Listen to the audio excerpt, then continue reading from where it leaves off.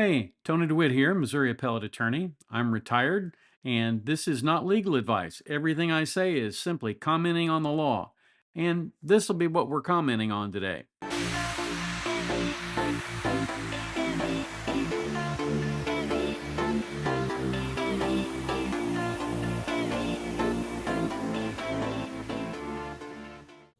Well, I just finished my first live stream, and I'm going to post it on here so you all can critique it. I would love to have feedback in any form that you would care to give it to me, including mail or a comment here. So with that said, here we go. Hi, guys. I am down in Florida. I'm at my other residence, and it's cold. So that's why I have the sweatshirt on as opposed to my traditional red shirt. But I thought I would talk a little bit today about the deal with Trump and essentially his dismissal without prejudice in the January 6th case. Again, not from a political point of view, but from what the legal import of that is. It depends a lot on, I would say, what the category of the charges are in the case. If they are felonies, as I believe they probably are, then likely there is a statute of limitations of somewhere around 7 years. Again, it varies with the class of the felony in the federal system. And so the dismissal that Trump got was not a complete dismissal. And the reason for that is because when you dismiss a case before you have actually impaneled a jury and started to admit evidence, it is almost always a dismissal without prejudice. And the without prejudice part essentially comes to the issue of whether the state, or in this case the federal government, can refile the case against him at some later point in time. Now, the practical value of that is that it would appear, at least in the rest of the country, that there doesn't seem to be much interest in going after him on that. It seems that the election was more or less a jury verdict of sorts on his culpability in that. Without getting into that, I can tell you that if there is a Republican administration after 2027, I guess, yeah, because that'd be the end of it, and I suspect there will still be Republicans in office, it's very unlikely that they would try him again. But again, it depends on the statute of limitations. So in terms of it being a get out of jail free card or a complete dismissal of the case, it's not.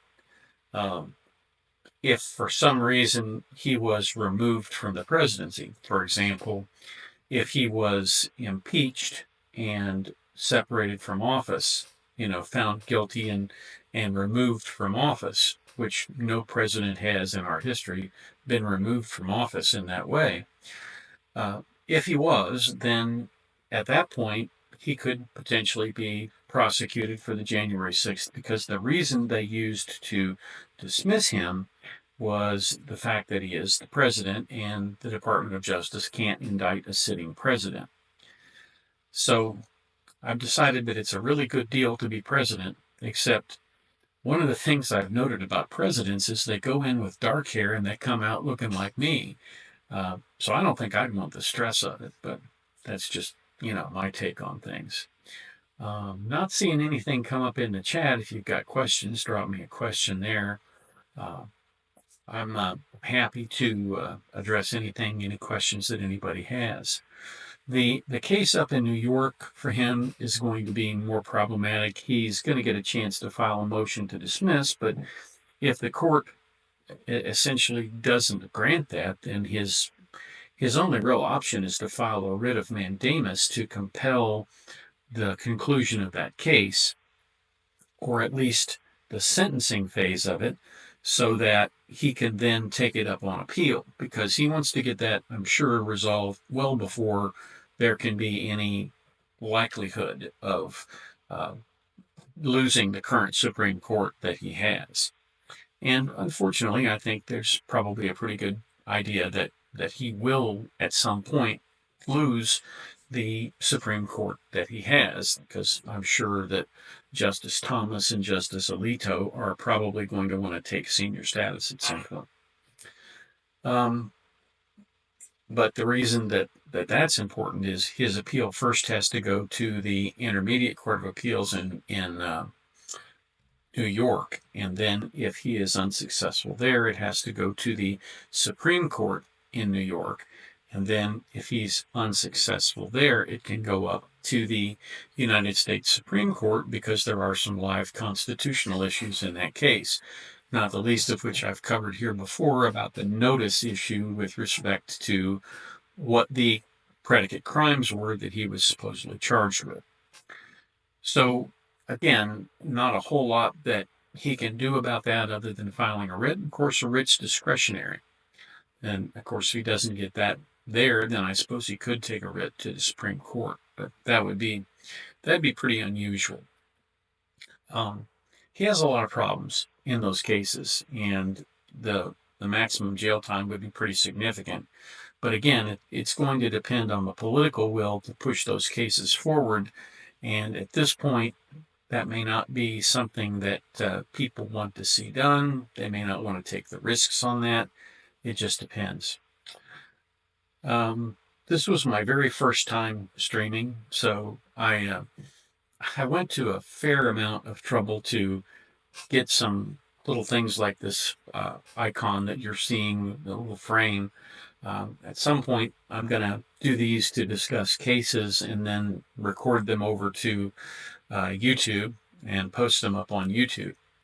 But for right now, I'm just going to try to master this, because it is a little bit of a different genre than sitting in front of a computer and editing, because I can make all the mistakes I want to when I'm recording a video, but any mistake that I make here is baked in.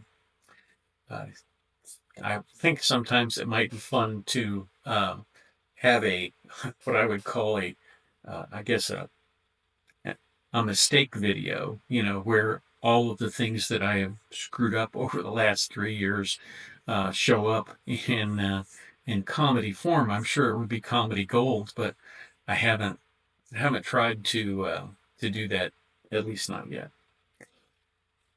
So there's a case coming up in South Carolina where a woman got pretty much blind drunk. She was 3 times over the legal limit in South Carolina and plowed into a golf cart that contained a newlywed couple. The wife was killed. The husband was very severely injured. That's going to be coming up this week. I'm going to have some content on that, I'm pretty sure. And there are a number of other cases that I'm looking at. So if you got any requests, please drop them in the chat, drop them in the comments somewhere. Let me know what you think. I would be more than happy to consider anything that anybody asks me to do.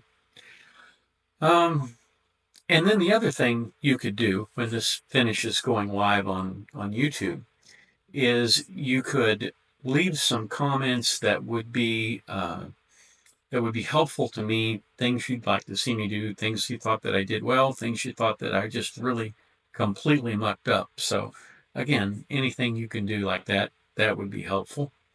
That'd be very kind.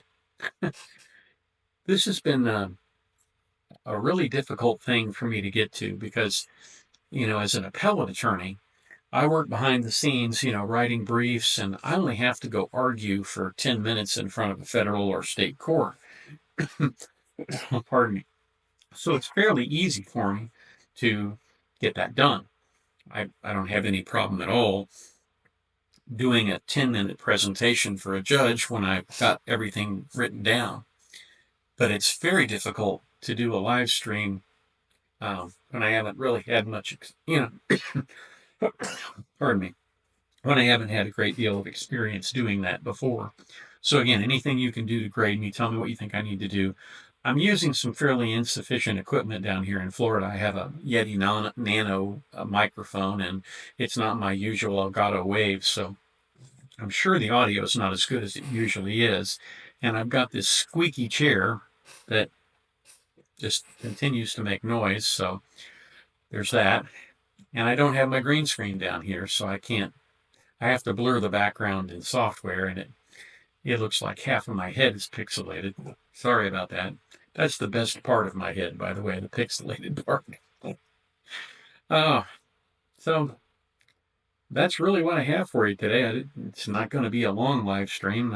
It's just basically going to be something to let me talk a little bit about what's going on with those cases. Again, if you have any comments, drop them in the comments down below, or you can email me. The email, I don't have that up right yet, but it's email. The email is aldewit7@gmail.com. And of course, if you have any questions, feel free to send them there. And as I always do, I'm going to ask you to do something kind for somebody today, because I believe that, kind thoughts precede kind actions, and kind actions tend to produce kind friends, kind people. You tend to surround yourself with people who have good things to say and good things to do. So it makes your life better. It makes their life better. It makes everybody's life better eventually. That's what I have. If you have any questions, like I said, do what you need to do. And I think at this point, I'm going to call it quits. I don't have a fancy, I'm ending this screen, so I'll just let it go at that. Again, thanks for being here. Catch me next time. I shouldn't have to say this, but you don't seek legal advice from a guy down at the beach. You seek it from a lawyer in a lawyer's office, where there are people running around in suits and secretaries and all kinds of other people. I'm just a YouTuber. I'm a retired attorney at this point, and although I retain my license to practice in the state of Missouri, I am not here dispensing legal advice. I'm just offering general content on the law. And here are some videos that YouTube thinks you may enjoy.